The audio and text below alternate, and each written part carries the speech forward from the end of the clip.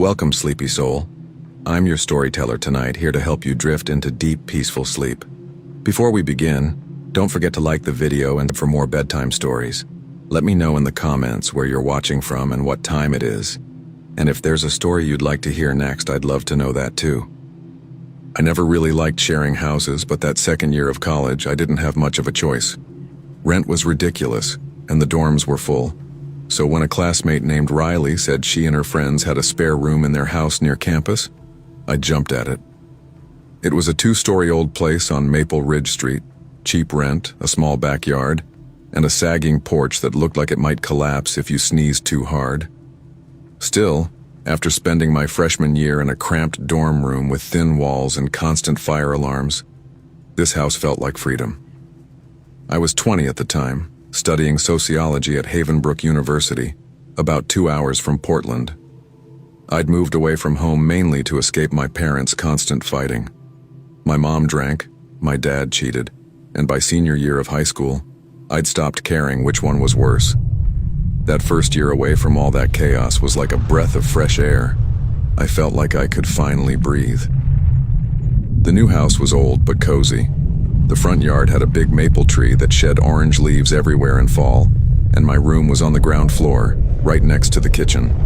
It had a wide window that looked out into the backyard, a small patch of uneven grass with a rickety wooden gate that opened into a narrow alleyway behind the house. There was a string we tied around the gate latch because the lock was broken.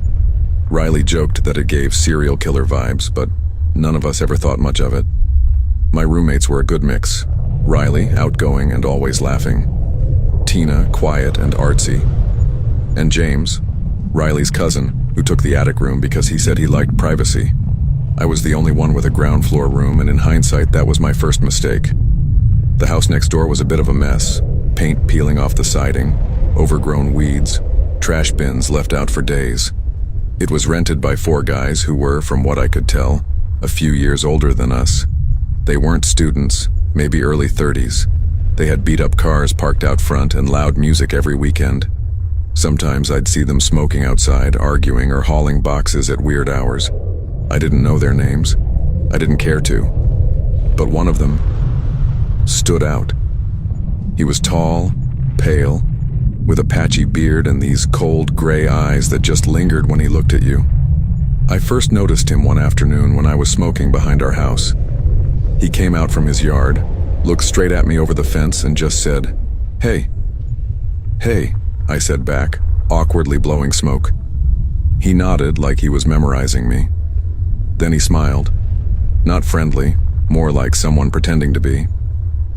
"Name's Caleb," he said. "You just move in?" "Yeah.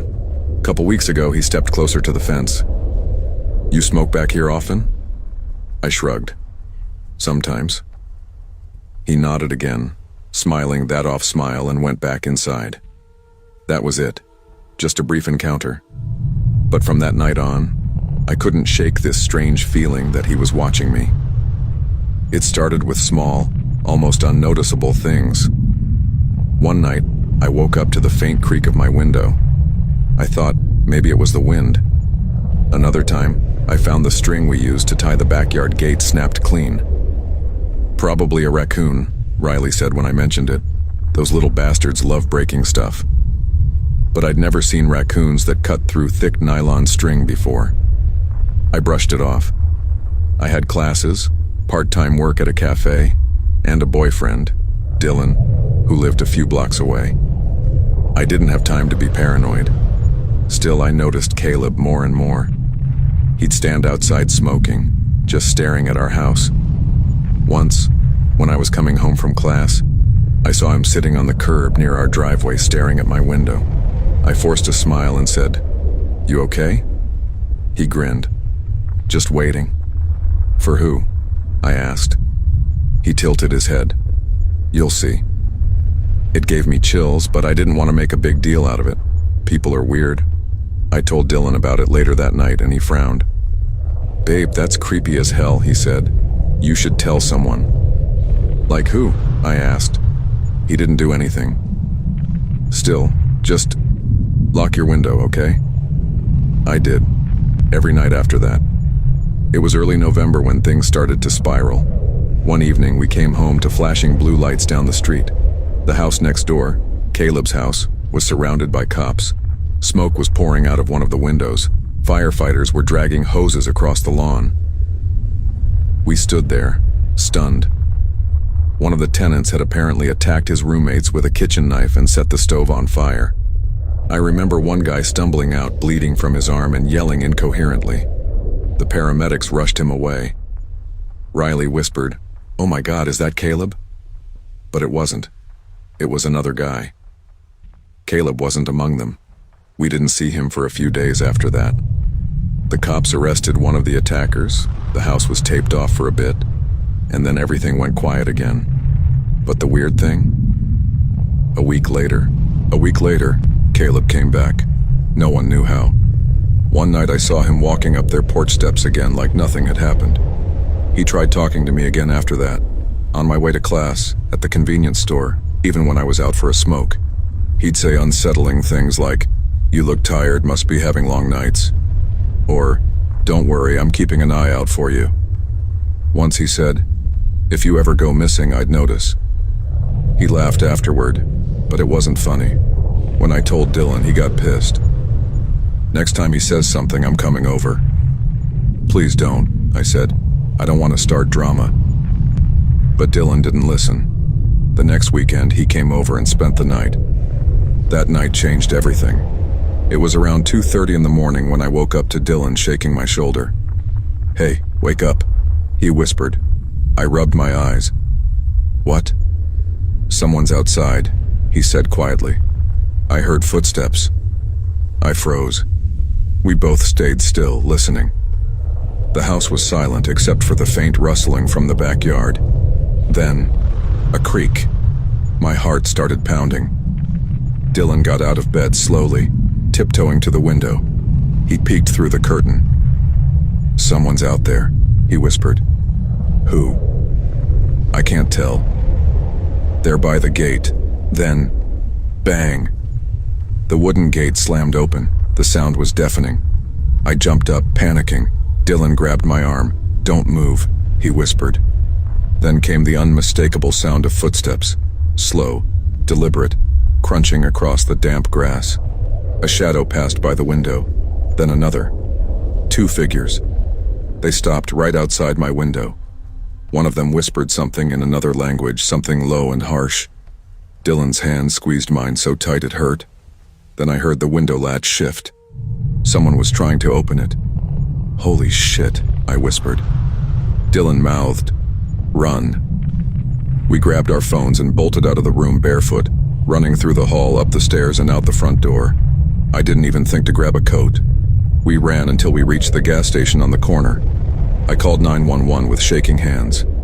The police arrived within minutes. They searched the house, found the gate open, the string cut clean again, and footprints in the mud outside my window. They caught one of the guys in the alley behind the house. It wasn't Caleb. It was one of his housemates. The other guy, Caleb, was missing. The police searched their place and found drugs, a machete, and duct tape. The officer, a woman named Officer Carver, sat me down and said quietly, "You were lucky." We think they were planning to come inside. I couldn't stop shaking. Dylan stayed with me that night at his place, but even there I couldn't sleep. Every creak, every sound outside made my chest tighten. A week later, they finally caught Caleb in a nearby park. High, rambling nonsense, saying things like, "She saw me, and she knows." He was arrested for trespassing, drug possession, and intent to harm. He got 2 years. Months passed. I tried to move on. Dylan and I got closer. I even started therapy. But one morning, in early spring, something strange happened. I woke up to a knock on my window. Not loud, just a soft, rhythmic tap. I froze. It was broad daylight. I told myself maybe it was a branch hitting the glass. I pulled the curtain aside. Nothing. Then I noticed it. A folded piece of paper stuck under the window frame outside. My stomach dropped. I went outside and grabbed it. The handwriting was messy, scrawled in pencil. "You forgot me." I felt my heart stop. I ran back inside, locked everything, and called Dylan. He came over immediately, but when he searched the yard, nothing. No one. We called the police, but they didn't find anything either. Officer Carver said it was probably a prank. But how would anyone know which window was mine? 2 days later, I heard the news. Caleb was missing. He'd been released early for good behavior, and the halfway house he was staying in reported he hadn't come back one night. No one's seen him since. It's been almost 2 years now. Dylan and I live together in a new apartment across town. I still have nightmares about the window, the footsteps, the voice whispering in the dark. Sometimes when I'm out late, I swear I see him. In a crowd, at the gas station, across the street, standing under a flickering light, always watching. Last week I found something on our doorstep, a cigarette butt crushed flat. Same brand Caleb used to smoke. Dylan said it's just coincidence. But last night, around 3 a.m., I woke up again to that sound. Tap, tap, tap at the window. I didn't move. I used to work nights at a high-rise apartment complex called the Meridian, right off 7th and Lawton in downtown Portland. It wasn't some fancy luxury place, just your regular mid-tier apartment building that had a lot of tenants working late shifts or coming home from the bar at 2 a.m. My job was pretty simple. Sit at the front desk, buzz people in, and make sure no one got in who didn't belong there. I started the job after my previous gig at a grocery warehouse shut down. The night shift paid extra, and honestly, I thought it'd be an easy gig. Quiet nights, free coffee, and a paycheck. It wasn't long before I realized night shifts mess with your head. The silence, the flicker of those damn lobby lights, the hum of the vending machine. It gets under your skin. You start noticing every sound, every shadow that moves a little too long. It was around my 3rd month working there that things started getting weird. That night started like any other. Cold, drizzly, the kind of rain that sticks to your jacket and smells like wet concrete. I came in around 9:45 p.m., clocked in, and grabbed a cup of coffee from the break room. The overnight cleaner, Lenny, was already making his rounds. "Yo, Jay," he said, giving me a nod. "You get any sleep today, man?" "Barely," I said, rubbing my eyes. "Neighbor's dog wouldn't shut up." He laughed. "That's rough. Hey, if you hear me talking to myself later, don't mind it. Helps me stay awake." Lenny was one of those guys who'd been through some rough stuff but kept a good spirit. He usually finished up around midnight, and after that, it was just me in the lobby until sunrise. By 1 a.m., the building was dead quiet. The rain had stopped, and the security cameras showed nothing but still hallways and empty parking spaces. I leaned back in my chair, scrolling through my phone to stay awake. Then something flickered on one of the monitors. It was the garage cam, the one facing the stairwell entrance. A faint movement caught my eye, just a blur of shadow at first. I straightened up and stared at the screen. Someone was walking through the garage. Now, the thing about the Meridian's garage was, you couldn't just walk into it. You needed a tenant key fob to open the gate. And I hadn't seen any cars drive in for almost an hour. The figure walked slowly, almost casually, toward the stairwell. The camera quality wasn't great, but I could tell it was a man. He had his hands in his jacket pockets, head down. I frowned, leaning closer to the monitor. "Who the hell?" I muttered. When he reached the top of the stairs, he stopped at the glass lobby door. Then he looked up, straight into the camera. That's when my stomach dropped. He wasn't a tenant. I knew almost everyone who lived there by face, if not by name. This guy wasn't one of them. He stepped closer, cupping his hands to peer through the glass. Then he waved at me. I got up and walked to the lobby doors. He was maybe early 30s, scruffy beard, hoodie under a jacket, eyes darting all over like he was on edge. "Hey, can I help you?" I asked through the glass. He raised his voice. "Yeah, man, I'm here to see my buddy. Chris. He lives on the 4th floor." I knew there were two guys named Chris in the building, but both had left notes before when they were expecting guests. Tonight, nothing. "What's Chris's last name?" I asked. The man hesitated. Peterson." "Yeah, Chris Peterson." There was no Chris Peterson in the building. "I'm sorry, man," I said, shaking my head. "There's no one by that name here. You'll have to leave." His expression changed instantly. His jaw clenched and his eyes went dark. He stepped closer, pressing a hand against the glass. "Look, just open the damn door. I just need to talk to him for a second." "Can't do that," I replied, keeping my tone calm but firm. He started pounding on the glass, the sound echoing through the lobby. "Let me the fuck in." That's when I saw it, a black handgun tucked into his waistband, the grip visible as his jacket shifted. My blood ran cold. "All right, man. You need to back up," I said, my voice shaking. "Back away from the door." He stared at me, breathing hard, fists clenched. Then, just like that, he stopped. "I'll be back," he said, his voice low and steady. "You'll see." He turned and walked back down the stairwell.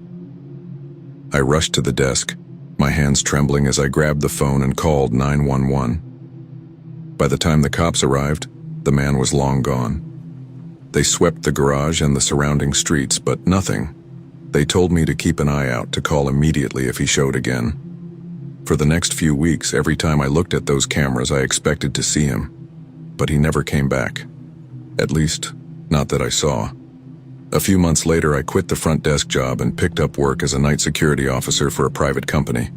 It paid better, and I didn't have to deal with drunk tenants or broken elevators. My route covered several office buildings scattered around the city.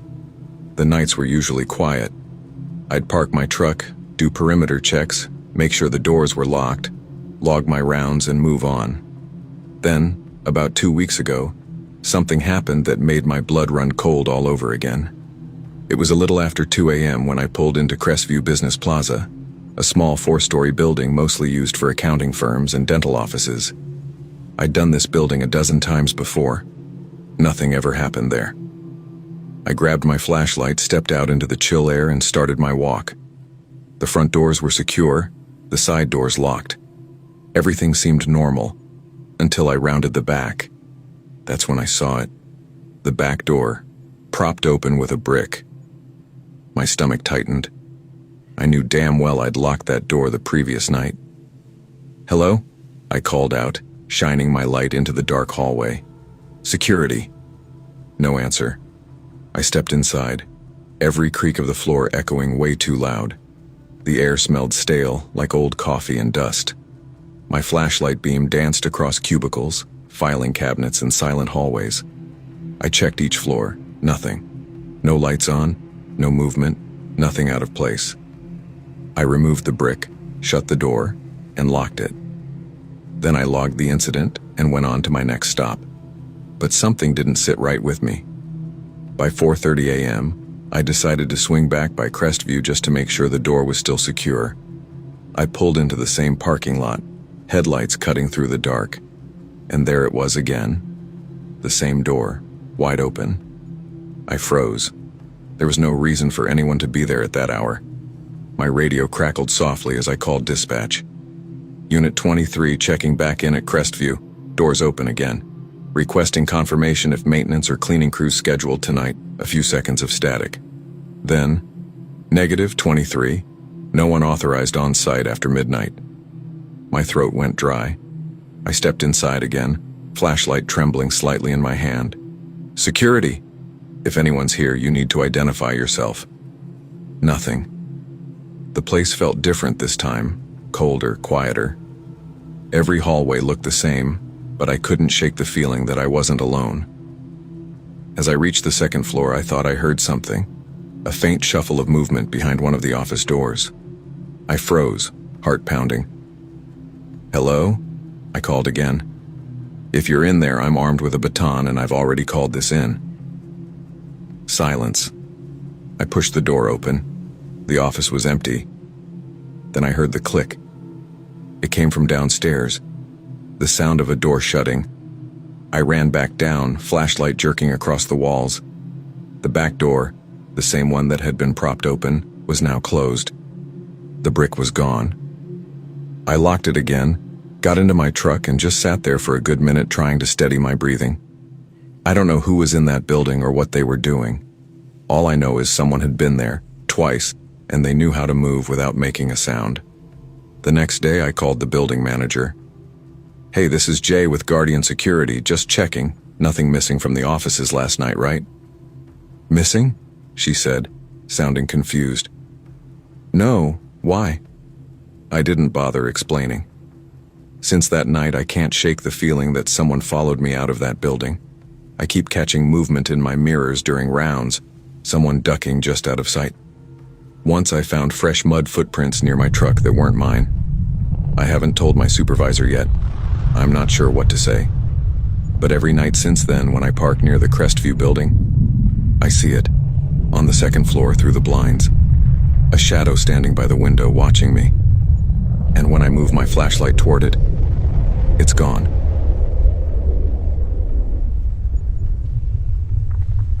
I never thought I'd end up working nights in a mall, but life's funny like that. When I hit my early 50s, my body was too worn down for heavy construction work anymore, and my savings weren't great. My knees popped like bubble wrap every time I crouched, and my back gave me hell every morning. So, when I saw a job posting for a night custodian position at Riverview Galleria Mall, I figured, why not? The pay wasn't great, but the quiet hours sounded perfect. My shift ran from 10 p.m. to 6 a.m., just me and the hum of the ceiling lights. The mall shut down around 9, and by 9:30 it was like a ghost town. Just the soft whir of ventilation, the occasional flicker of a dying fluorescent bulb, and the echo of my broom bristles sweeping against the tile floors. Most nights I stuck to the food court and the bathrooms. Greasy tables, sticky soda puddles, overflowing trash bins. It was mindless work, but peaceful in a way. No customers, no managers breathing down my neck, no small talk. Just me, a mop, and the smell of lemon cleaner. But that night broke the quiet. It started like any other shift. I clocked in, grabbed my cart, and nodded at Frank, the security guard who was finishing his coffee by the entrance. "Another quiet one?" I asked. He chuckled. "Man, I hope so. Last week I caught some teenagers trying to film a spend the night in the mall video. Idiots were hiding behind the pretzel stand. People really do that?" I laughed, shaking my head. "You'd be surprised, Joe," he said, draining his cup. "Malls got more cameras than the White House, but folks still think they're slick." I grinned, waved him off, and pushed my cart toward the food court. Around midnight, I was sweeping near the Burger Shack counter when I heard a cough. It wasn't loud, but it was close. I froze, broom halfway through a stroke. My first thought was, maybe someone got locked in. It happened before. A cleaner or a store worker could have lost track of time. "Hello?" I called out, voice echoing across the empty court. Nothing. Just the faint hum of the refrigerator units and the flicker of a neon sign that spelled out, "Tacos and more." I walked around, checked behind the pillars, under the tables. Nothing. So, I went back to sweeping. But I couldn't shake the feeling that someone had been standing nearby, watching. 15 minutes later, I was wiping down the tables near the pizza stall when a loud crash shattered the silence. Bang, bang, bang! I jumped, heart hammering. I turned and saw that a whole table, and all 6 chairs around it, were knocked over. Food court tables don't just tip like that. They're heavy, solid metal bases. I set down the rag and whispered, "You gotta be kidding me." I hurried over, half expecting to see some prankster running off, but no one was there. The air felt weird, heavy, almost like static before a storm. I looked around. "Frank?" I called out, but my voice came back empty. That's when I heard it. Water running. It was coming from the women's restroom, just off the side of the food court. The sinks there were motion sensor activated. No one should have been using them. I sighed. "All right, here we go." I walked toward the sound, each step echoing on the tile. As I got closer, the sound stopped. Just stopped. The silence that followed felt louder than the water. I pushed the door open, poked my head inside. The lights flickered for a split second before stabilizing. Harsh white light bouncing off the mirrors. "Mall staff," I called, trying to sound calm. "If someone's in here, you need to come out. This place is closed." No answer. I walked down the row of stalls, checked each one. Empty. Then I turned the corner toward the sinks. Not a drop of water, just the sound of the ventilation system whispering above me. I sighed, muttering, "Damn motion sensor," and made a note on my pad to file a work order. As I turned to leave, the faucet turned back on, right behind me. I spun around so fast my back twinged. The sensor light blinked on, water running full blast, but there was no one there. I backed out slowly, whispering, "Nope, nope, not tonight." When I told Frank about it later, he smirked. "Mall ghosts, man. Every old building's got one. Ghosts don't mess with plumbing," I said. He laughed. "You'd be surprised." A few nights passed. Everything was normal. Then it happened again. The running water. Same time. Same bathroom. By the third week, it became a pattern. Every few nights around 1 a.m., that same faucet turned on by itself. Sometimes it would stop the moment I got close, sometimes not. I filed multiple maintenance tickets. Finally, Rick, the head of maintenance, came to check. "Hey Joe, you said it's the third sink from the left?" "Yeah, that one.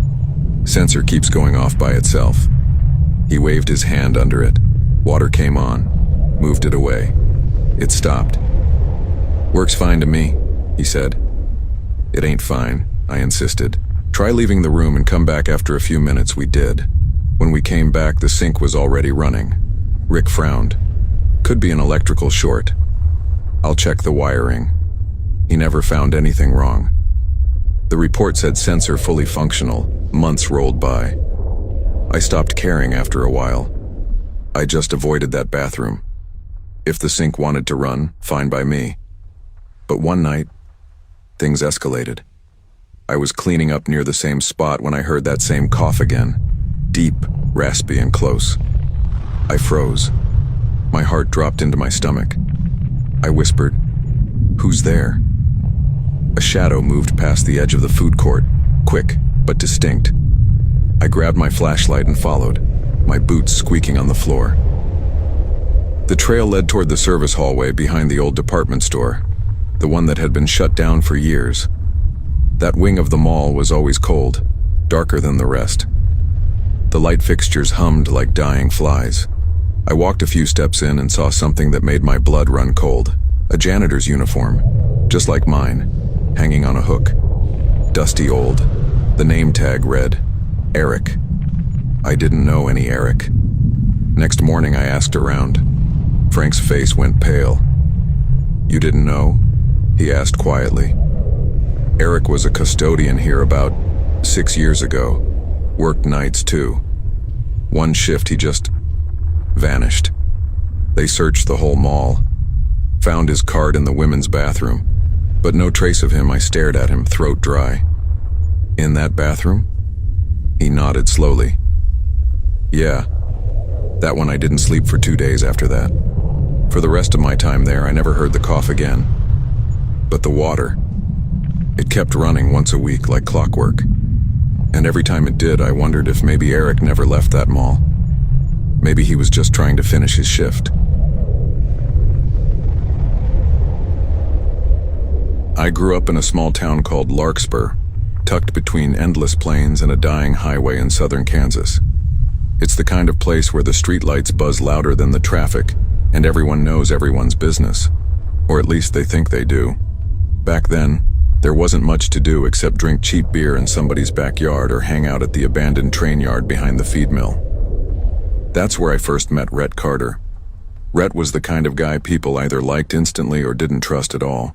He had this lazy grin, a drawl that made every sentence sound like a joke, and a way of looking at you like he already knew how your story ended. We weren't close friends, not at first, but we ended up spending a lot of time together that summer after my dad passed. He'd lost his mom around the same time, so I guess we understood each other's quiet. Rhett lived in a faded yellow trailer just outside of town with his uncle, who everyone said was into some shady stuff, dealing scrap metal, maybe drugs. Nobody really knew. The only thing I ever saw that guy do was sit on the porch with a cigarette, staring at nothing. That summer, it was me, Rhett, and Cassidy Bell, who'd been my best friend since grade school. We used to drive out past the grain silos at night, park near the edge of the woods, and just talk about leaving Larkspur, about what was next, about anything that didn't feel stuck. But all of that changed the night Rhett went missing. It was late August, the air thick and warm, the kind of night where the sky feels too big and too quiet.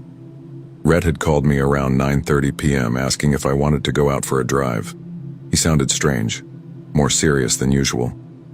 "Yo, you good, man?" I asked him. "Yeah," he said, "just need to clear my head.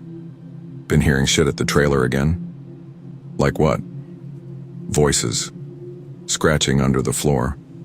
I told my uncle, but he just laughed it off. I thought he was joking, but something about his tone gave me pause. We picked up some beers and drove out toward the old state park, the one that had been closed down after a flood washed out part of the access road. The county never reopened it, and the whole area felt wrong after that. Trees bent weirdly, the ground soft in places even years later. Cassidy came too, though she seemed hesitant. "You know I hate that place," she said as we pulled off the road. "It's fine," Rhett said, smiling in the rearview mirror. "We're not going in, just sitting by the lake." The park's entrance sign was covered in vines, and half the letters had fallen off. ARKSTATPRK. We sat by the water, drinking and talking like old times. But Rhett wasn't himself. He kept glancing at the tree line, listening. "You hear that?" he asked suddenly. "Hear what?" "Like whispering." Cassidy rolled her eyes. "It's the wind, Rhett." "Ain't no wind," he muttered. He stood up, walking closer to the trees. His silhouette disappeared for a second, and I remember calling out, "Rhett, chill out. You're freaking her out." He didn't answer right away, then faintly, "I found something." He came back holding a torn piece of fabric, dark, muddy, looked like denim. "Someone's been out here," he said. We laughed it off, but the weird thing is, Rhett kept that piece of cloth, slipped it into his jacket pocket like it meant something. That was the last night I saw him alive. The next morning I got a call from Cassidy. "He didn't come home," she said. His uncle called the sheriff. They found Rhett's truck abandoned by the park gate. The driver's door open, headlights still on, his phone sitting on the dash. But there was no sign of him. No footprints, no struggle, nothing. The sheriff told us it looked like Rhett walked into the woods and never came out. At first everyone thought he ran off, maybe to Wichita or Oklahoma City. But I knew Rhett. He didn't run from things. He joked about them until they stopped hurting. A week later, the search party called it off. I still remember standing near that same lake, the sheriff telling us, "Sometimes people just don't want to be found." But he was wrong. Something found Rhett. Life moved on in Larkspur. People stopped talking about Rhett except when they drank too much and wanted to tell ghost stories. But I couldn't shake it. Sometimes I'd drive past the trailer just to see if his truck was still gone. Sometimes I'd walk through the park during the day and stare into the trees, half hoping to see him, half hoping not to. About a month after he vanished, I got a text from an unknown number. Unknown. Still hear them under the floor. I froze. My hands went cold. I didn't know what to think. A prank, maybe. But when I called the number, it went straight to voicemail. The voice on the greeting was Rhett's. I told Cassidy about it, but she didn't believe me, so I drove out to Rhett's trailer alone. His uncle had moved away after the police gave up, so the place was empty, just sitting there, rotting. The front door was unlocked. Inside, the air smelled like mold and stale cigarettes. The floor creaked with every step. There was a dark patch in the corner of the living room, a piece of plywood nailed down unevenly. I remembered Rhett saying he'd heard scratching under the floor. I knelt down, pried the board loose. The space underneath was shallow, filled with dirt and old insulation. But there was something else too. A folded scrap of denim caked in dried mud. Same kind of fabric he'd found by the lake. When I touched it, something shifted underneath, like the ground exhaled. I nearly fell backward when a faint voice came from under the house. "It's cold down here." I ran, didn't even look back. 2 nights later, Cassidy showed up at my apartment, pale and shaking. "You need to see this," she said, holding a small box. Inside were 3 cassette tapes. She told me she found them in Rhett's uncle's old shed when she went to grab some stuff for his aunt. We played the first tape on my old stereo. The audio was mostly static, but you could make out Rhett's voice. "It's day 3, I can't sleep. The whispers get louder at night. Uncle keeps saying it's the pipes, but they're saying my name now." The second tape was worse. It sounded like something moving in the background, dragging, scraping. Rhett was whispering, panicked. "It's under the floor. It's under the damn floor, I can feel it. I think it wants me to come down there." The third tape was almost silent, just faint breathing, and at the very end a voice that wasn't his. "You shouldn't have come here." Cassidy started crying halfway through it. I wanted to stop the tape, but I couldn't move. It felt like something heavy had settled over the room. We called the sheriff the next morning. They came, took the tapes, promised to look into it, but I never heard back. About 6 months later, in early spring, I was closing up at the gas station where I worked the night shift when a man walked in. He was barefoot, wearing a torn denim jacket caked with mud. His hair was long, tangled. "Hey, buddy," I said carefully. "You okay?" He didn't answer, just stared at me with wide, unfocused eyes. Then, in a low, rasping voice, he said, "It's colder up here than I remember." Something in me froze. His face was thinner, older maybe, but I'd know those eyes anywhere. "Rhett?" I whispered. He smiled, that same lazy grin from the train yard. But there was something wrong about it now, like it didn't fit his face. "Told you I'd find my way out," he said. Before I could say another word, he turned and walked out the door, disappearing into the night. I ran outside, but he was gone. No footprints, no truck, nothing. I reported it, of course. The sheriff came by, asked questions, took my statement. They checked the security cameras at the station, but the footage was blank between 2:11 and 2:17 a.m. The exact window Rhett was there. Cassidy refused to talk about it anymore. She moved to Denver, blocked my number, told her sister she couldn't stand the nightmares. I still live in Larkspur. I've tried to leave, but every time I do, I get this feeling like something's following me. Sometimes at night when the house is quiet, I hear it. Faint scratching beneath the floorboards. And once, just once, I swear I heard a voice whisper my name. "Hey, you hear me now?" I still drive past the park sometimes. The gate's been rusted shut for years, but the water still looks calm. Still, waiting. Some nights I think about pulling over, walking down to that lake, seeing if I can find that piece of denim Rhett dropped. But I never do. Because I think whatever's in those woods is still waiting for someone else to listen. And I've already heard enough.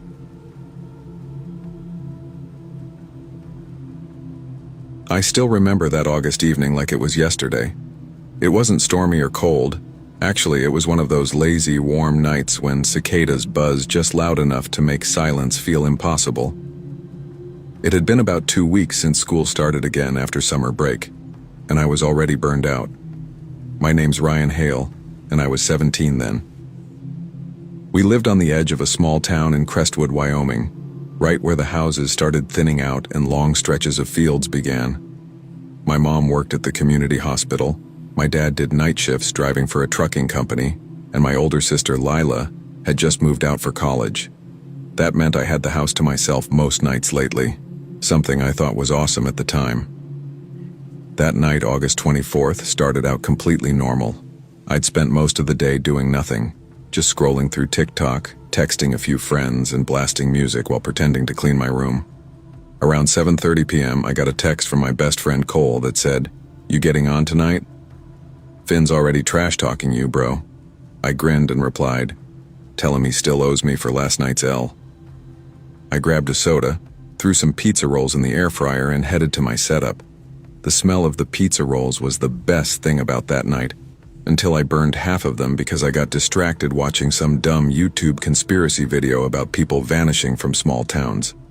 I joked to myself, "Guess I'm next," and laughed it off. By 8 p.m., I was online with Cole and Finn. We played Fortnite, talked trash, laughed about old classmates, and for an hour, everything felt simple again. But then they both started sounding tired.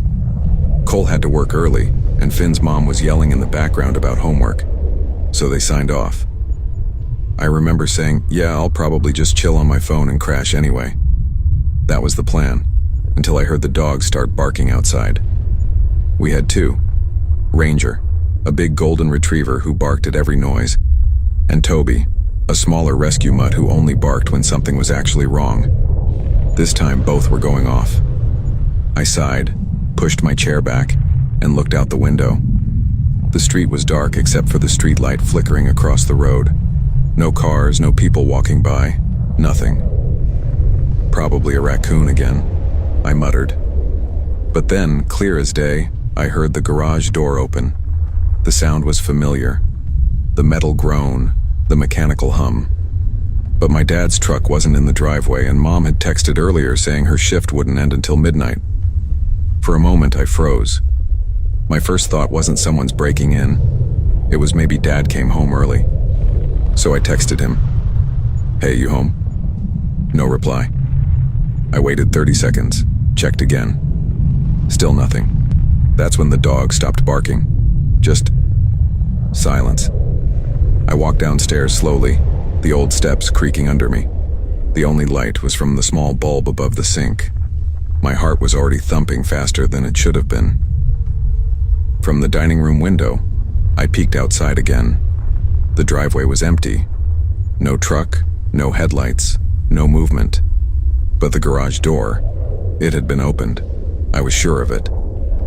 For some reason, I thought about this local story my neighbor, Mrs. Klein, once told me, that before our house was built, the land used to be a small gas station back in the 1970s.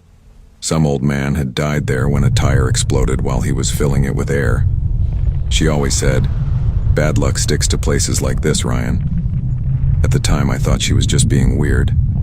But now, standing there, hearing faint creaks from the floor above me, it didn't sound so funny. I grabbed my phone again and texted Mom in our family group chat. "Garage door opened by itself. I don't see anyone. Should I check?" Her reply came almost instantly. "No. Lock your door. Stay upstairs. I'm calling Dad." I swallowed hard, went back up the stairs, and locked myself in my room. For 15 minutes, I sat on my bed listening. The air felt heavier than before, like the house itself was holding its breath. Then I heard it. The distinct creak of the wooden floor downstairs, slow, deliberate. Someone was inside. I didn't have a weapon, so I grabbed the closest thing, my metal microphone boom arm. It wasn't much, but it felt better than nothing. I opened my door just a crack and whispered, "Hello?" No answer. I stepped out onto the upstairs balcony that overlooked the living room below. For a second, I didn't see anything. Then, near the base of the stairs, I caught a glimpse of something dark, a shadow, a tall, still shape. I froze. My body just stopped responding. Then, almost like my brain snapped back online, I shouted, "Hey! Who's there?" The shadow didn't move, until it did. The moment I yelled, it turned slightly, and I saw the outline of a man. Tall, maybe 6 feet, wearing something dark, like a coat. I dropped the mic arm and bolted. I ran straight into the bathroom across the hall and locked the door. My hands were shaking so bad I could barely twist the lock. Then I heard it. Running footsteps, fast, heavy, coming up the stairs. He knew I'd seen him. I sat there trying not to breathe, trying not to make a sound. I realized my phone was still in my bedroom. Stupid mistake. I needed to call 911. The footsteps stopped right outside the bathroom door. I could hear slow breathing muffled through the wood, a man's low, raspy breathing. Then, a faint whisper. "Ryan." My stomach dropped. He said my name. How the hell did he know my name? He didn't try the handle. He just stood there. I could feel his presence through the thin door. After what felt like forever, I didn't hear anything anymore. Just silence again. I gathered every ounce of courage I had, yanked the door open, and sprinted into my room, locked it behind me. My heart was pounding so hard I could barely see straight. I grabbed my phone, opened the keypad, and started dialing 911. And that's when I noticed something that made my blood run cold. There's a storage crawl space built into the wall beside my desk. I always keep it shut because it leads to a weird, unfinished section of the attic. The door to it was cracked open, just slightly. And through that thin opening, I saw an eye. A human eye. Brown. Bloodshot. Unblinking. It was staring directly at me. I screamed, threw my phone down, and bolted out of the room, nearly tripping on the stairs. I didn't stop until I was outside, sprinting barefoot up the hill to my neighbor's house, Tom Green, who happened to be a sheriff's deputy. He opened the door before I could even knock properly. I was crying, gasping for air, trying to explain everything all at once. "Someone's in my house, Tom. He's in the wall." He didn't even hesitate. He grabbed his flashlight, his gun, and told his wife, "Call dispatch." He ran down the hill while I stayed with Mrs. Green, shaking uncontrollably. Less than 5 minutes later, 2 squad cars pulled up outside my house. I followed after them, unable to sit still. When I got there, Tom had already gone inside. Through the open door, I could hear shouting, "Get on the ground! Now!" A few seconds later, 2 officers came out with a man pinned between them. Tall, filthy, wearing a long dark coat and ripped jeans. His beard was gray and wild, his face gaunt and sunburned. He looked gone, like he hadn't been fully alive for a while. Tom said quietly, "He was hiding in your crawl space. Looks like he's been staying there for days." My stomach turned. I asked, "What do you mean, staying there?" Tom motioned for one of the officers to show me. Inside my room, behind that little storage door, there was a pile of stuff. Empty water bottles, a blanket, an old flashlight, a few food wrappers. He'd been living there, while I slept feet away. The officer said they'd identified him as Jonas Pritchard, a missing person from a nearby town. He'd disappeared 3 months ago after losing his job, and apparently had some kind of mental breakdown. He'd been breaking into empty homes and hiding, convinced someone was following him. But mine wasn't empty. He must have thought it was while I was at school. When I realized how long he'd probably been there, hearing me play games, hearing me sleep, I almost threw up.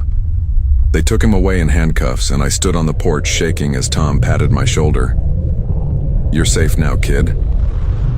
He's done. But I didn't feel safe. Not really. Even now, months later, I still hear the faint creak of that crawl space door at night in my head. We installed new locks, cameras, alarms, the whole deal. Mom doesn't let me stay home alone anymore. And every once in a while, when I wake up around 3 a.m., I catch myself staring at that wall, wondering if maybe, just maybe, he wasn't the only one who ever found his way inside. Because sometimes I swear I still hear someone breathing.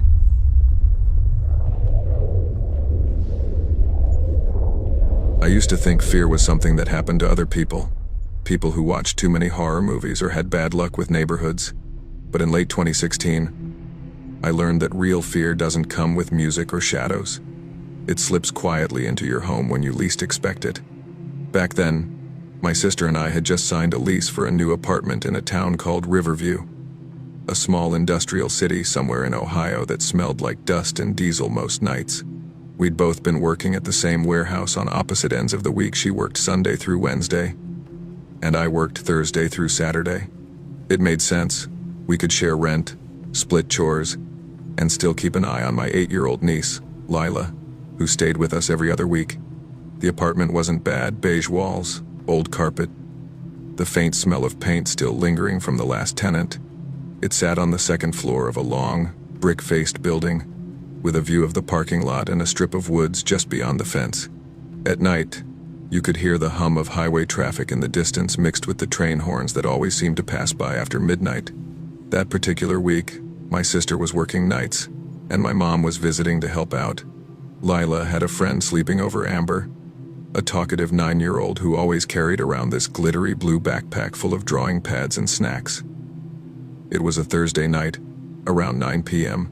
The girls were in the living room, watching some Disney show and giggling about something that made no sense to anyone older than 10. My mom was stretched out in my sister's room, reading her tablet before bed. And me? I was standing in front of the bathroom mirror, fixing my hair for no real reason, just one of those nervous habits when you can't sleep. That's when I heard it. The front door latch clicked open. At first, it was such a normal sound that I didn't even react.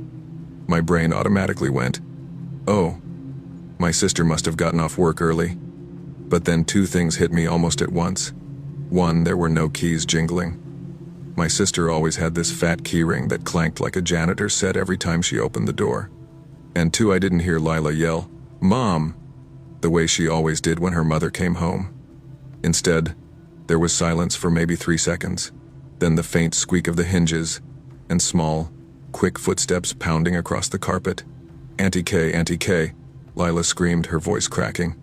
I dropped my hairbrush and ran down the short hallway, my heart already slamming against my chest. The girls came tearing toward me from the living room, faces pale, eyes wide like they'd seen a ghost. Behind them, the front door was slowly swinging shut. Lila's voice trembled. "A man just walked in. He looked right at us and said sorry, and then he left." "Done." Amber nodded so fast it made her ponytail whip. "He just came in, like he lived here. He didn't even knock." I darted to the door, yanked it open, and looked down the stairwell. Nothing. Just the faint echo of a door slamming somewhere below. And then, silence. My skin prickled all over. My mom appeared behind me, rubbing her eyes. "What's going on?" I said. "Someone just came in the damn apartment." She blinked like she didn't understand. "What?" "Some guy. He just opened the door and walked in. The kids saw him." She looked past me at the door, confused. "Did you lock it?" "Of course I locked it," I snapped, more out of panic than anger. I grabbed my phone from the counter, hands shaking, and called the only number I could think of before 911, the maintenance guy, Reggie. He was this older man in his 50s who handled everything from leaky faucets to electrical issues. The kind of guy who always seemed tired, but kind. He picked up on the second ring. "Yeah, Reggie here." "Reggie, it's Kay from 24C. Did you just come by my apartment?" "Come by?" "No, ma'am. I'm out at my daughter's place, about 40 minutes from Riverview." "Why?" "Because someone just walked into my apartment." Silence. "What you mean walked in?" "I mean the door opened, and a man stepped in, said sorry, and left. My mom and niece saw him." Reggie's voice dropped low. "That ain't me. I'm not anywhere near there, and nobody else works for maintenance right now." That's when my heart truly dropped. I stammered, "Okay, I'm calling the cops." "You do that and I'll head back to the complex right now," he said firmly. "Don't open that door for nobody till I get there, you hear?" I hung up and dialed 911. My voice was shaking, my words tripping over each other. But the dispatcher was calm, too calm, and said, "Units are on the way. Stay inside and don't open the door." While we waited, my mom herded the girls into my bedroom, closing the door behind her. I stood in the hallway, staring at that front door like it was something alive. Every sound made me jump, the fridge humming, the AC clicking on, the faint footsteps from the apartment above. I kept expecting the knob to turn again. It took maybe 10 minutes, though it felt like an hour. Red and blue lights flickered through the blinds, and 2 officers showed up, both middle-aged, both with that practiced calm that cops carry even when something weird's going on. The taller one introduced himself as Officer Delaney. "So tell me what happened." I explained it all, the man, sorry. The girls peeked out from my room and confirmed everything. One even described him. White guy, maybe 30s, dark jacket, baseball cap, clean shaven. Delaney looked at the door, jiggled the knob, then turned to me. "You said it was locked?" "Yes." "Well, there's no sign of forced entry. Lock's not damaged." I frowned. "So, how did he get in?" He exchanged a look with the other cop. "We'll check with the neighbors, see if anyone saw someone matching that description." They left to do that, and I stood there trembling, feeling smaller than I'd ever felt in my life. My mom came out quietly and put a hand on my shoulder. "You okay?" she asked softly. "No," I whispered. "Not even close." 15 minutes later, the officers returned. Officer Delaney cleared his throat, like he didn't quite know how to explain it. "Ma'am," he said, "we spoke with your neighbor across the lot, Unit 22C. The guy you saw apparently belongs to that apartment. He told us he accidentally walked into yours. Looks like the complex has a weird situation with locks." I blinked. "What?" "The management reused the same key sets for certain groups of units. Every 4 apartments share the same lock pattern. So his key actually works on your door." My mouth went dry. "You're telling me that some random guy next building over could just walk into my home anytime?" "I'm afraid so. It's unusual, but technically not illegal unless he intended harm." My mom's face twisted in anger. "Unusual? She's got kids in here." The officer held up a hand. "We told him what happened, and he apologized. Said he'd been drinking a little and got turned around after walking his dog. But we'll file a report if you want." I nodded numbly. "Yeah, file it." After they left, Reggie finally showed up, wearing his maintenance shirt over pajama pants. He looked tired but concerned. "You all right, Miss K?" "Not really," I said. "Apparently my door isn't even mine." He sighed heavily. "I've been telling management to change those damn master locks since last year. They don't listen. But listen, I ain't comfortable with you staying like that. I got spare sets in the truck. I'll swap your locks tonight." "You'd do that?" He nodded. "I got a daughter about your age. Wouldn't sleep right if I didn't." He stayed until after midnight, quietly working at the door with his tools while I sat on the couch. The girls asleep beside me, their cartoons still playing low. When he finished, he handed me a fresh key and said softly, "You good now?" "Thank you," I whispered.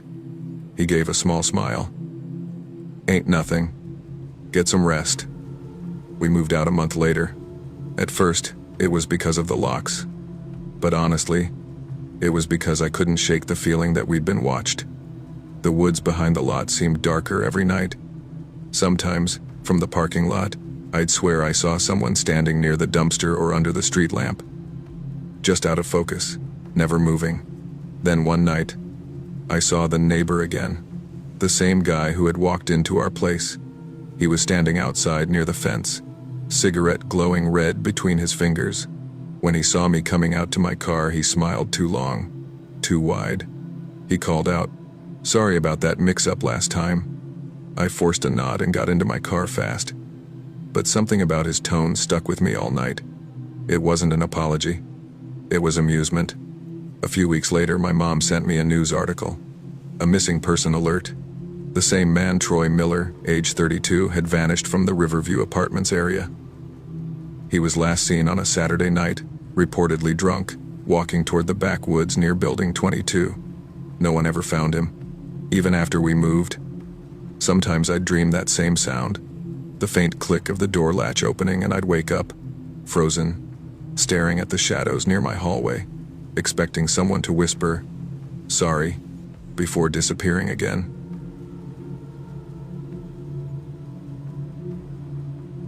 I never thought a temporary move could change my life the way it did. When my dad and I moved into Willow Creek Apartments last fall, it was supposed to be just for a few months, 6 at most, while our old house was being remodeled. Nothing fancy, just new wiring, new flooring, a better kitchen.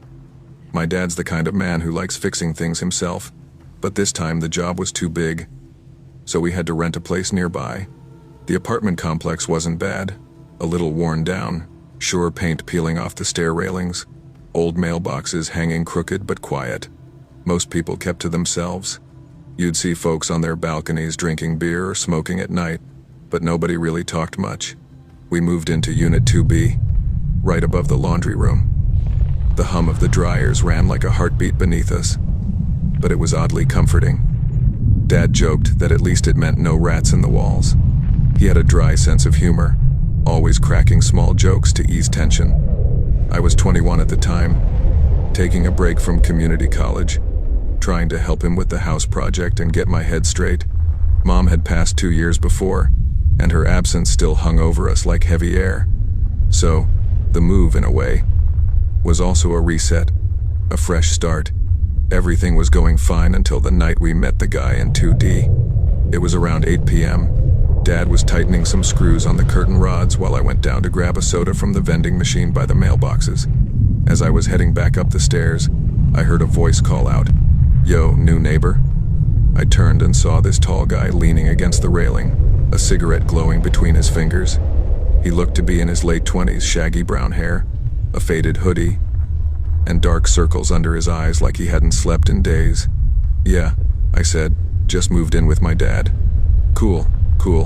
"I'm Rick," he said, exhaling smoke through his nose. "Been here a while. The place kinda sucks, but hey, roof's a roof." I chuckled. "You're not wrong." He smiled a little.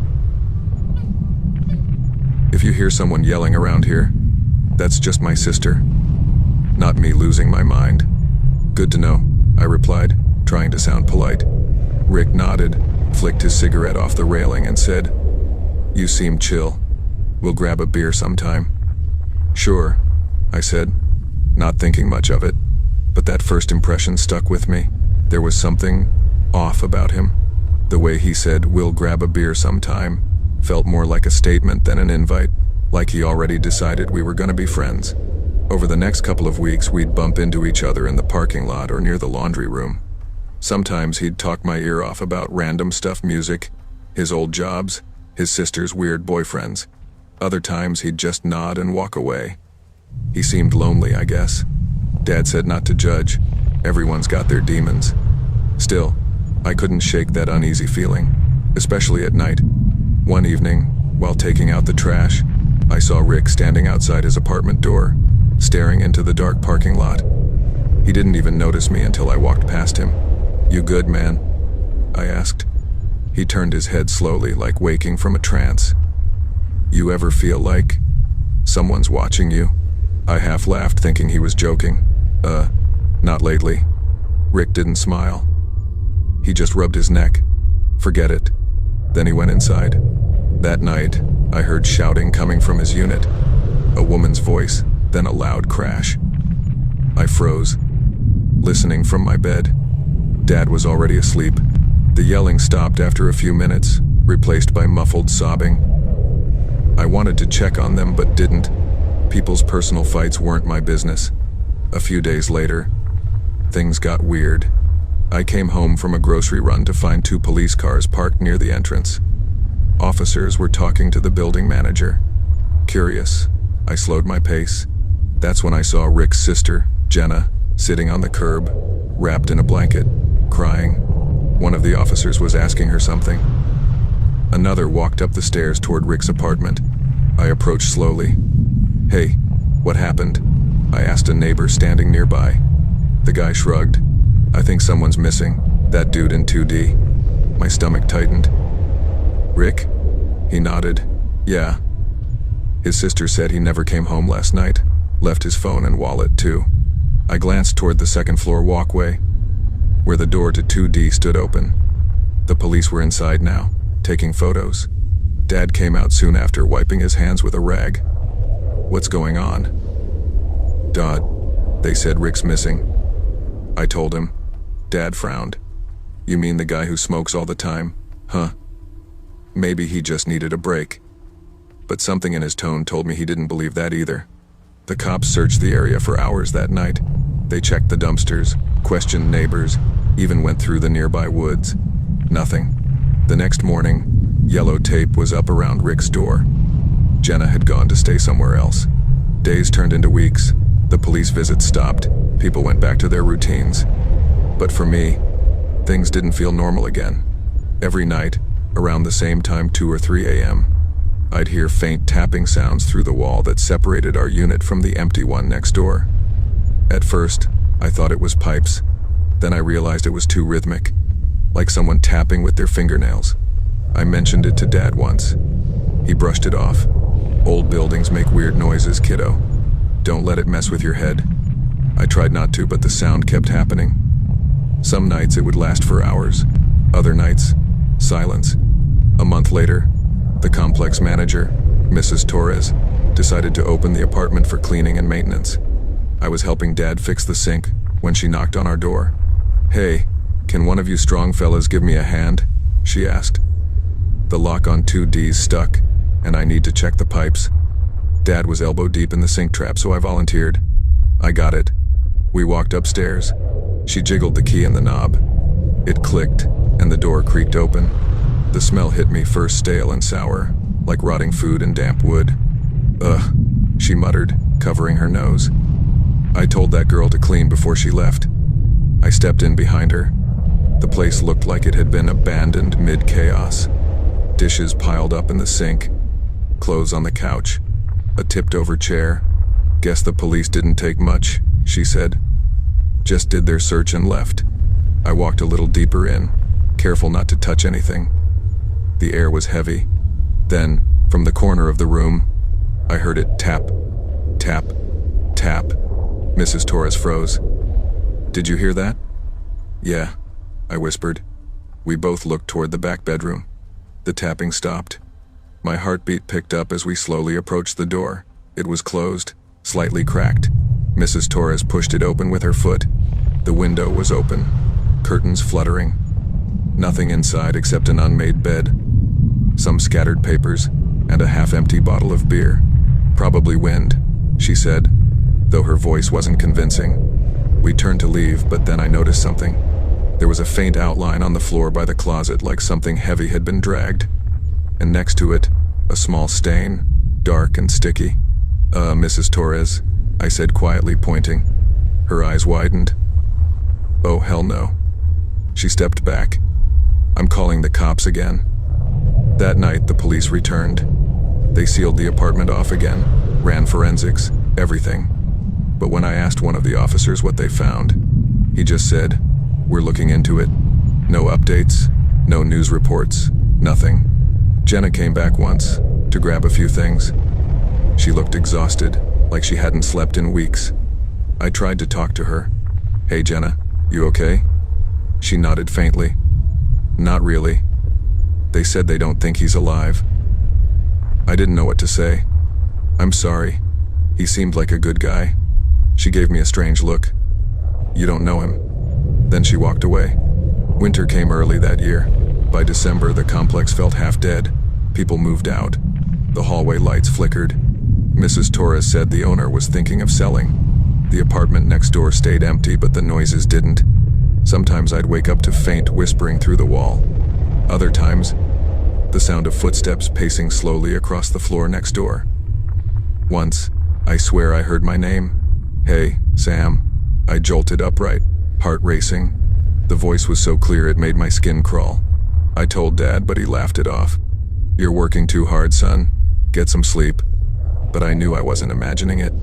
One night in January, the power went out across the complex. Heavy snow had knocked down a transformer. It was pitch dark except for the glow of my phone. Dad was snoring on the couch, wrapped in a blanket. I decided to grab a flashlight from the kitchen drawer. As I walked past the wall that bordered 2D, I froze. There it was again, tap, tap, tap. Only this time, it was right against the wall, like fingers drumming from the other side. My stomach twisted. I whispered, "Rick," without even realizing it. The tapping stopped. Then came a low voice, raspy, almost broken. "Help me." I dropped the flashlight. The sound echoed through the silent apartment. "Dad!" I shouted. He bolted upright. "What's wrong?" "There's someone next door." He frowned, grabbed his coat and marched toward the door. "Stay here. I followed anyway. We went to 2D. The door was still sealed with police tape. Dad pressed his ear against it. Nothing. He sighed. Nobody's in there, Sam, it's your nerves. But I saw something he didn't, the doorknob. Slowly turning. Dad. Before I could finish, the door creaked open just an inch. A gust of freezing air hit my face, smelling of rot and something metallic. Dad shined his phone's flashlight into the gap. Hello? Who's in there? Silence. He pushed the door open. The apartment was dark and empty. No footprints in the dust. Then, from the back bedroom, came a soft thud. Dad turned to me. Stay here. He stepped inside. I stayed by the door, shaking. A few seconds passed. Then I heard him shout, Jesus Christ. I ran in after him. He was standing in front of the closet, staring inside. There, wedged between the studs behind a section of torn drywall, was a body half mummified, eyes sunken, face barely recognizable. Dad covered his mouth. Oh my God. Even without a second look, I knew who it was. Rick. The cops came again. This time, they didn't say much. Just zipped the body bag and left. The coroner confirmed later that he'd been dead for months. No one ever figured out who did it or how his body ended up sealed inside his own wall. Some people said his sister snapped. Others said he did it himself, some kind of twisted act of guilt or madness. But deep down, I don't think it was that simple. After we moved out a few weeks later, I still heard tapping sounds in my dreams, sometimes faint, sometimes close. And every time I wake up in the middle of the night, I can still hear that voice, whispering just beyond the wall. Hey, neighbor. I've always been the kind of person who keeps to myself. Not shy exactly, just quiet. The kind of guy people forget about 5 minutes after meeting. That's not a complaint. In fact, it's saved me more times than I can count. You can't get hurt by people if they don't even notice you're there. When I first moved into the Willow Creek apartments, it was supposed to be temporary. The rent was cheap, and I needed a place close to my night job at the warehouse. The building itself wasn't terrible. Cracked brick exterior, creaky stairs, the faint smell of burnt toast and detergent that never quite went away. But the walls were thin. I could hear my neighbor's TV through the drywall, and the guy in 3D snored like a chainsaw. I live in 3 Amperes. Right across the hall was 3B, rented by a guy named Ryan Mallory. He moved in about a month after me. I didn't pay much attention at first, just another tenant with too many boxes and an attitude that screamed, "Don't talk to me." But after a while, I started noticing small things. The way his door would slam shut right after I got home. The faint smell of cigarette smoke drifting under my door at odd hours. The whisper of music, something old, bluesy and sad, echoing from his apartment late at night. I only met him once face to face. It was a Tuesday evening, early October. I was unlocking my door when his opened behind me. "Hey," he said, voice low and rough like gravel. "You got a lighter?" "Yeah, somewhere," I replied, patting my pockets. "Give me a sec." He leaned against the door frame, watching me with this hollow look in his eyes. The kind of look people get when they've lost too much sleep or seen something they can't shake. When I finally handed him the lighter, he gave a quick nod. "Appreciate it." "No problem," I said. "I'm Nate, by the way." He paused for a beat, then said, "Ryan." That was it. No handshake, no smile, just his door closing again. After that, I didn't see him for weeks. The nights in Willow Creek were lonely. The hum of traffic from the nearby highway never stopped. And sometimes, if I couldn't sleep, I'd step out on the balcony for some air. That's when I started noticing Ryan's window across the courtyard. The blinds were almost always drawn, but sometimes I could see the faint glow of a lamp flicker behind them. Once, I even saw him standing there, just a shadow against the light, still as a statue. He wasn't smoking. He wasn't on his phone. Just standing and staring out into the night. I remember thinking, man, this guy's got demons. But I didn't judge. I've had my fair share too. My ex Lauren used to say I had a watcher's personality. She meant it as an insult, but she wasn't wrong. I notice things most people overlook: the way someone's eyes shift when they lie, how their voice tightens when they're scared. It's not something I try to do. It's just how my brain works. Everything started to change on the night of October 17th. It was around midnight when I heard the noise, a dull thump followed by something scraping across the floor. At first, I thought it was the guy upstairs moving furniture again, but then came a low, muffled sound, almost like someone crying. I turned down my TV and listened. It came again, faint but unmistakable, a man's voice, trembling and desperate. "Please, stop." My blood went cold. The sound came from across the hall. From 3B. I stood frozen by my door for nearly a full minute, every instinct screaming at me to mind my own business. But curiosity? No. Concern got the better of me. I stepped into the hallway, the floorboards creaking under my feet. "Ryan?" I called softly. No answer.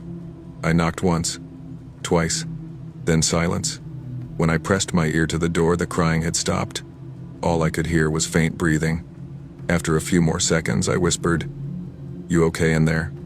Nothing. Feeling stupid, I went back to my apartment. I told myself I'd imagined it, that maybe he'd been watching a movie or arguing on the phone. But that night, I barely slept. 2 days later, I realized I hadn't seen him since. No lights in his apartment. No music. No sound at all. Even his mailbox, which used to overflow with junk mail, stayed empty. On the third day, I ran into Mrs. Tucker, the old lady from 3C, as she was taking out her trash. "You seen the guy in 3B lately?" I asked. She shook her head. "No, and it's odd too. He used to sit out front smoking every evening. Haven't smelled those awful cigarettes in days. Maybe he moved out?" She frowned. "Without telling management? Nah, that's not how they do things here." That made me uneasy. That night, I noticed something weird. The faintest light flickered under Ryan's door, like someone using a flashlight inside. But when I stepped closer, it vanished. A week passed. Then 2. Eventually, the apartment complex put up a "for rent" sign on his door. I figured that was that. Maybe he skipped rent or left town. But then the nightmares started. I'd dream I was standing outside his door, hearing those same muffled cries. Only this time, when I tried to open it, the doorknob turned easily. Inside, everything was dark except for a single chair in the center of the room, and Ryan sitting in it, eyes wide, mouth sewn shut. I'd wake drenched in sweat, heart pounding. I started avoiding the hallway altogether, but every so often, I'd swear I heard footsteps inside 3B. Slow, deliberate. Around mid-November, a new tenant moved into 3B, a woman named Emily Rourke. Friendly, talkative, always smiling. She was the kind of neighbor everyone liked instantly. "Hey," she said one morning, juggling coffee and a tote bag. "You're across the hall, right? I'm Emily." "Nate," I replied, forcing a smile. "Well, nice to meet you, Nate. If you ever need sugar, milk, or therapy for living in this creepy old building, I'm your girl." We both laughed. But something about her words stuck with me. Creepy building. She wasn't wrong. Over the next few weeks, we talked occasionally. She worked from home as a graphic designer and said she loved the quiet. But after Christmas, she started looking off, tired, jumpy. One night, I heard her screaming. I ran into the hallway, pounding on her door. "Emily, you okay?" When she opened, her face was pale. I'm fine," she stammered. "Just a nightmare. Sorry if I woke you." Behind her, the apartment was dark except for the kitchen light, and on the floor, I saw something, a cigarette butt. Not hers. "Emily," I said carefully, "did you find that here when you moved in?" She looked down, confused. "What? The cigarette?" "Yeah." She frowned. "There's a bunch of them, in the air vent." "Why?" My stomach dropped. Over the next few days, I couldn't stop thinking about it. The crying, the light, the cigarettes. So one afternoon, while she was at work, I did something I probably shouldn't have. I called the building manager, Calvin. and asked if I could see the maintenance records for 3B. Why? He asked suspiciously. Look, man, I said. I think something happened to the guy who used to live there. Ryan Mallory? Calvin sighed. Buddy, that dude skipped rent for 2 months and vanished. Cops came, looked around, said there was no sign of foul play. Case closed. No forwarding address? Nope, just gone. That night, Emily knocked on my door. She looked shaken. Nate, I think someone's been in my apartment. What do you mean? She held up her phone, showing me a photo of a closet door slightly ajar. Inside, I could just make out a shadowy figure in the mirror's reflection. Jesus, I whispered. When was this taken? This morning. I set up a motion camera after I started hearing noises. I stared at the image again. The figure was blurry, but there was something familiar about the shape, the slouch of the shoulders, the way the head tilted slightly to one side. It looked like Ryan. Call the cops, I said immediately. She shook her head. I did. They said the footage isn't clear enough to prove anything. I clenched my jaw. Then I'll stay tonight, on your couch, just until you feel safe. She hesitated, then nodded. Okay, thank you. That night, I couldn't shake the feeling of being watched. Even as we talked quietly in her living room, I kept glancing toward the hallway where her bedroom was. At around 2:30 a.m., I heard a faint creak. Emily froze. Did you hear that? Yeah, I whispered. I stood up, grabbing a flashlight from the kitchen counter. Another creak, this time closer. We moved toward the sound. The air felt heavy, like the whole apartment was holding its breath. When I flicked the flashlight on, the beam cut through the dark, landing on the hallway closet. The door was slightly open. I stepped closer, heart thudding. Ryan, I said before I could stop myself. Emily gave me a confused look. Who's Ryan? Before I could answer, the closet door slammed shut. Emily screamed. I yanked it open, nothing. Just coats and cleaning supplies. The smell of cigarette smoke hit us like a wall. We bolted out of the apartment and spent the rest of the night in my place. Neither of us slept. The next morning, she went to stay with her sister. Said she couldn't handle it anymore. By the end of the week, she'd moved out completely. The apartment stayed empty for months. But sometimes, late at night, I'd still hear noises. Footsteps, coughing, and once, a whisper, a voice right outside my door. Nate. I froze, too afraid to move.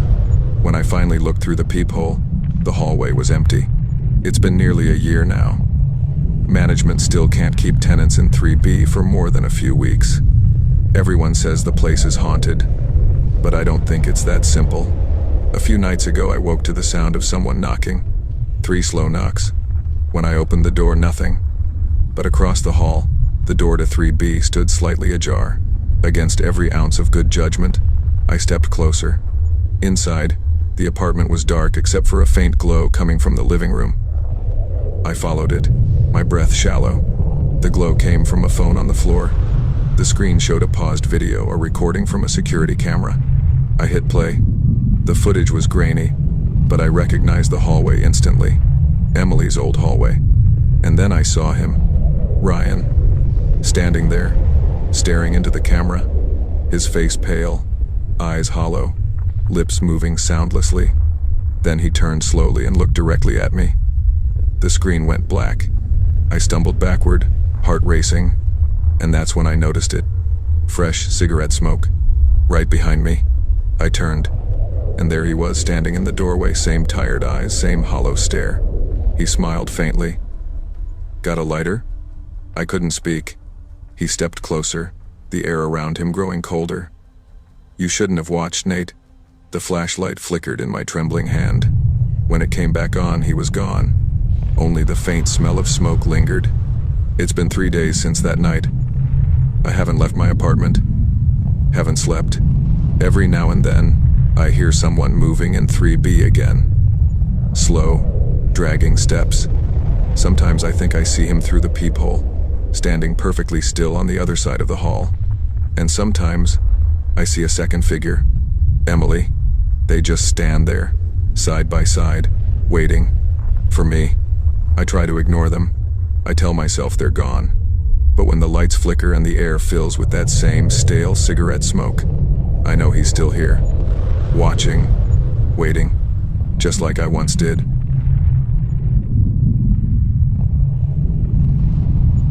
I always thought the word missing was something that happened to strangers' faces printed on milk cartons, people you read about on social media posts. Never thought it would touch my life, or that I'd still remember every second of that night like a burn scar. It was August 24th, just 8 or 9 months ago, a Saturday. Classes had started about 2 weeks earlier, and between the stress of school, work, and family stuff, I needed a night to breathe. I remember glancing at the clock, 7:52 p.m., and texting my 2 closest friends, Trevor and Broly, to see if they wanted to hop on Fortnite for a few rounds. My mom and sister were out shopping for groceries. My dad was working a night shift at the mill, and I was home alone. Nothing about that night felt off. Not at first. The air smelled faintly like rain that hadn't come yet, and the sky was that deep Texas blue fading into purple. I'd cracked my window open to let some air in, and the hum of cicadas outside blended with the faint bass of a neighbor's party 2 houses down. When Trevor joined the party chat, his mic buzzed before his voice came through. "Yo, you ready, man? Let's drop Tilted." "Yeah," I said, adjusting my headset. "Just give me a sec, my game's updating." Broly joined next, laughing at something in the background. "Dude, you sound half dead already. What, class is killing you?" "Pretty much," I said, chuckling. "Need this game to reset my brain." We played for about an hour. Just normal, stupid fun. Arguing over loot, roasting each other for dying too early. It felt good to laugh again. Around 9:15, Trevor said he had to dip. Broly stayed on for one more round. By the time I logged off, it was a little after 9:40. That's when I heard it. A noise outside my window, soft, metallic, almost like someone tapping a coin against glass. At first, I thought it was a branch or something hitting the pane, but it was rhythmic, controlled, like someone was trying to stay quiet. I muted the TV and just listened. Tap, tap, scrape. My stomach tightened. The sound was coming from the side of the house right next to where my desk and window were. The blinds were drawn, but the light from my monitor threw faint shadows across them. Then, a shadow moved back. It wasn't the branch of the elm tree. It was the outline of a person. I froze. My heart jumped into my throat, and I swear I could feel my pulse in my ears. "Mom?" I called out. Nothing. I stood up slowly, inching toward the window. The figure didn't move.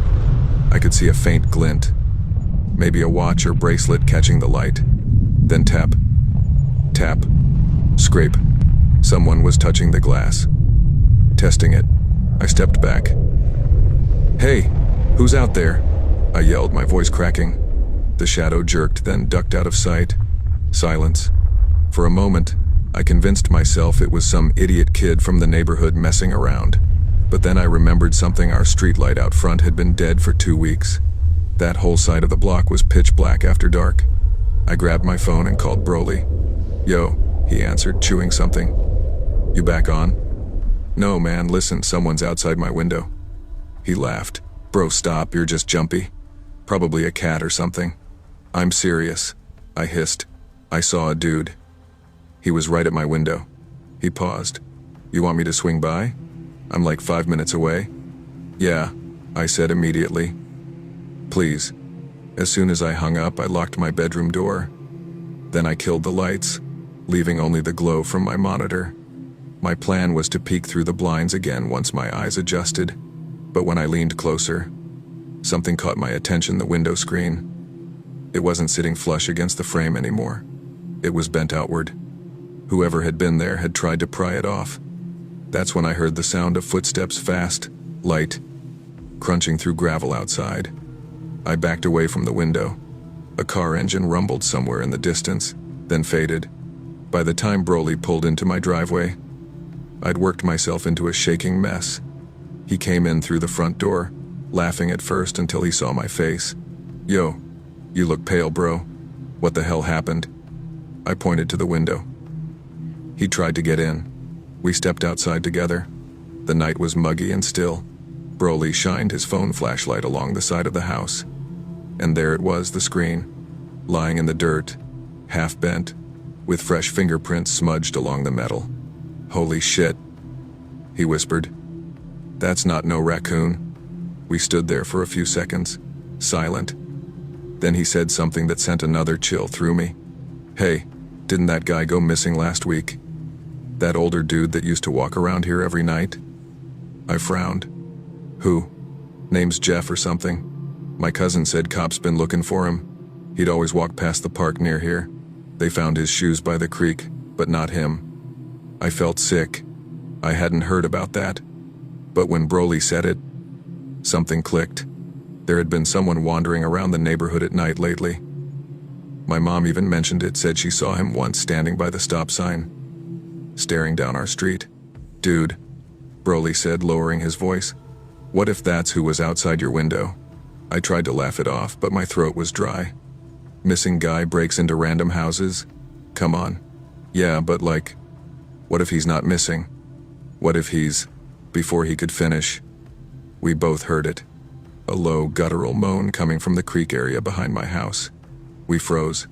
It wasn't human, not exactly. It sounded like someone trying to breathe through a broken throat. Broly pointed his flashlight toward the trees. "You hear that?" "Yeah," I whispered. The beam of light cut across the tall grass and hit something, a shape crouched low near the ditch.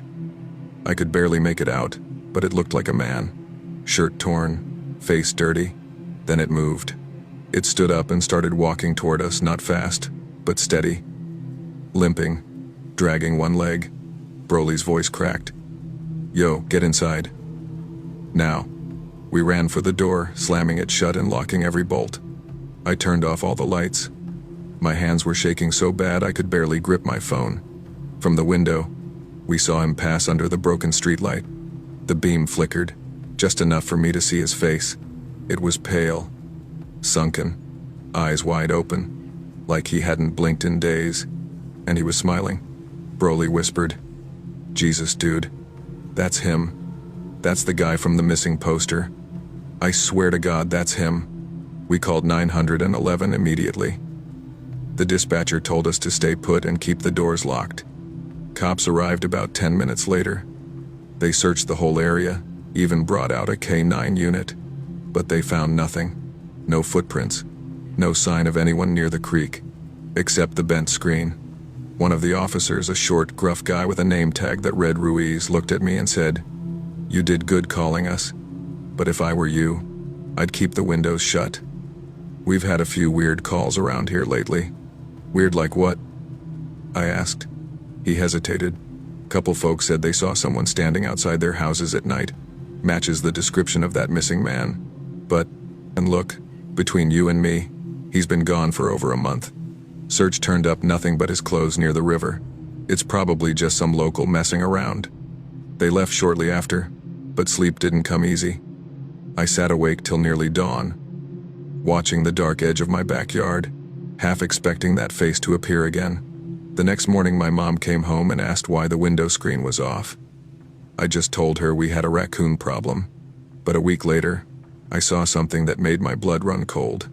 I was driving home from class, stopped at the intersection near the park, the same one where that man used to walk. And there, standing just beyond the trees, was a figure. Same height, same build, same stillness. And as my car rolled forward, he turned his head slowly until he was staring right at me. The sun hit his face, and for a split second, I saw him clearly. It was him, the missing guy. Only this time, his skin looked gray, almost decomposed, like he'd been underwater too long.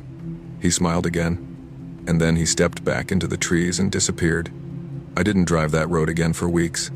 No one's seen him since, not officially, but sometimes, late at night, when the cicadas stop buzzing and the air goes still, I still hear that faint tap, tap, scrape against my window. And every single time, I remind myself, some people don't go missing. They come back. Just not the same.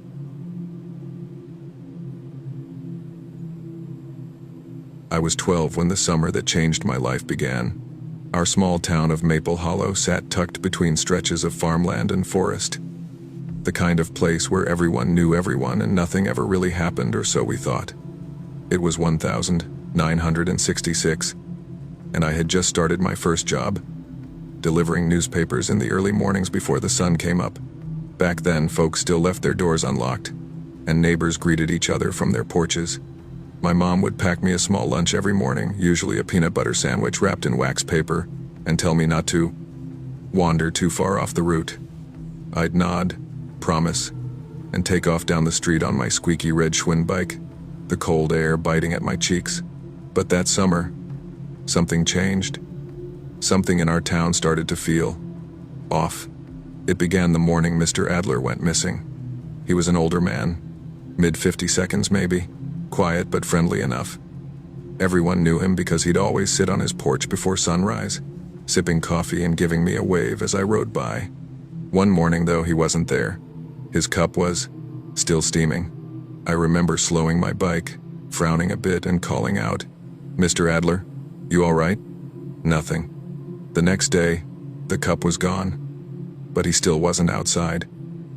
By the third day, people were talking. Mrs. Callahan, his next-door neighbor, told my mom she heard someone yelling near his house late that night. Cops came, searched around, found nothing but footprints in the mud leading toward the woods behind his home. They never found him. That should have been the end of it. People go missing sometimes, sure, but a week later, I started noticing strange things on my paper route. It was around 4:30 a.m. when I first saw him. A man standing near the edge of the woods at the far end of my route. I couldn't make out his face, too dark, but his clothes looked old-fashioned, like something out of a black and white photo. A long coat, a wide hat. He wasn't moving, just standing there, watching. I pedaled faster, my tires kicking up pebbles on the empty street. When I looked back, he was gone. I told my mom that evening while she was making dinner. She laughed softly. "Honey, it was probably just some farmer heading out early. You got an active imagination."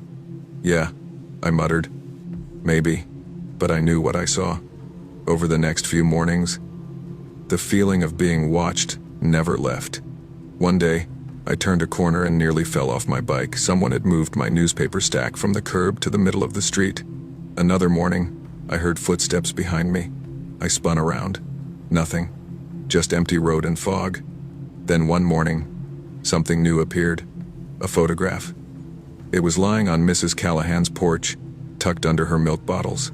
I almost didn't notice it, but when I picked it up, I froze. It was a picture of me on my bike, delivering papers. The photo was grainy, but it was definitely me. Same jacket, same route. The hairs on the back of my neck stood straight up. I looked around, scanning every window, every porch. No one. Not even the sound of a car in the distance. Just silence. That evening, I brought the photo to my friend Tommy, who lived a couple of streets over. "Dude, you're freaking me out," he said, holding the picture under his porch light.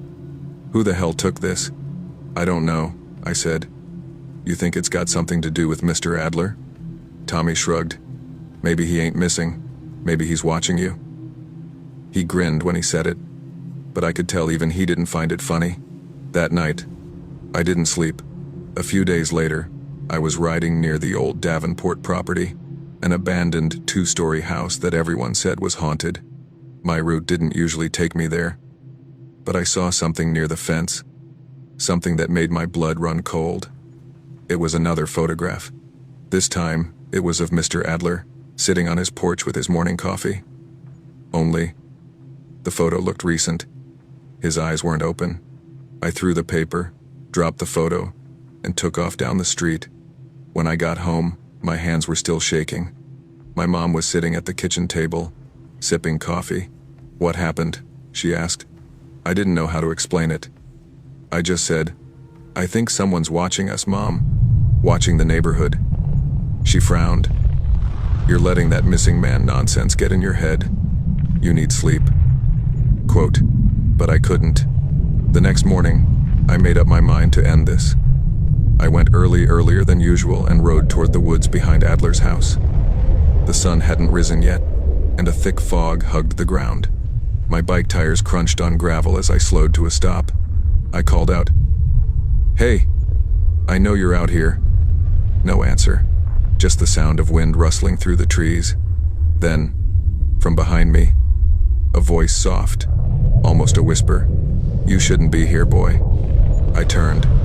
The man from the woods stood not 10 feet away. That same long coat, that same hat, but now I could see his face, gray skin, eyes sunk deep, lips cracked, like he hadn't spoken in years. "Who are you?" I asked, my voice trembling. He smiled faintly. "You've seen too much." And before I could move, he lifted something from under his coat, an old camera. Click. The flash blinded me. I stumbled back, blinking hard, and when my vision cleared, he was gone. I ran home as fast as I could. When I burst through the door, Mom was on the phone, pale-faced, clutching a letter in her hand. "What's wrong?" I panted. She looked at me with tears in her eyes. "It's Mr. Adler. They found him. Found him in the woods. He'd been dead for weeks." I just stood there, frozen. Then she handed me the letter. It had no return address, just my name written neatly in faded ink. Inside was a photograph. It was me, standing in the woods, my mouth open, my eyes wide, taken that morning. I quit my paper route after that. My mom didn't argue. The police never figured out who took those photos or how someone could have known where I'd be every morning. Years went by. I grew up, moved away, got married, had kids, but every so often, a letter would show up. No address, just an old grainy photo, sometimes of me, sometimes of my family, always taken from far away, and no matter where I go, I can't shake the feeling that somewhere, maybe behind the trees or under a streetlight, someone's still watching.